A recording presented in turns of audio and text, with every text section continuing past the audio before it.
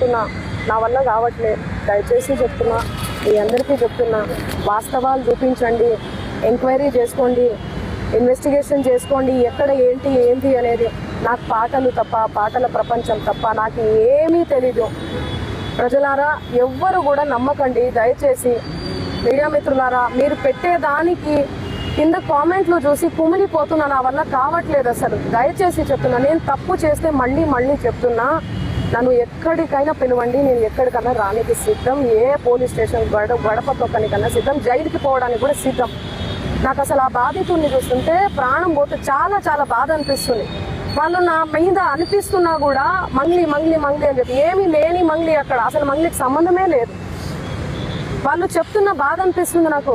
ఎందుకంటే ఆ పేదరికం నుంచి నేను వచ్చాను, నాకు తెలుసు అది ఆ పెయిన్ ఎట్లుంటుంది అనేది. వాళ్ళ దగ్గర నుంచి వాళ్ళని ఏమనాలి అసలు నాకు అర్థం కావట్లేదు నోటితో. ఆ మధు నాయకు, ఆ హేమకాంత్ రెడ్డి, ఈ సుబ్బారావు, ఏంది అసలు ఈ గేమ్ అంతా ఏందో నాకు అసలు ఏమీ కూడా అర్థం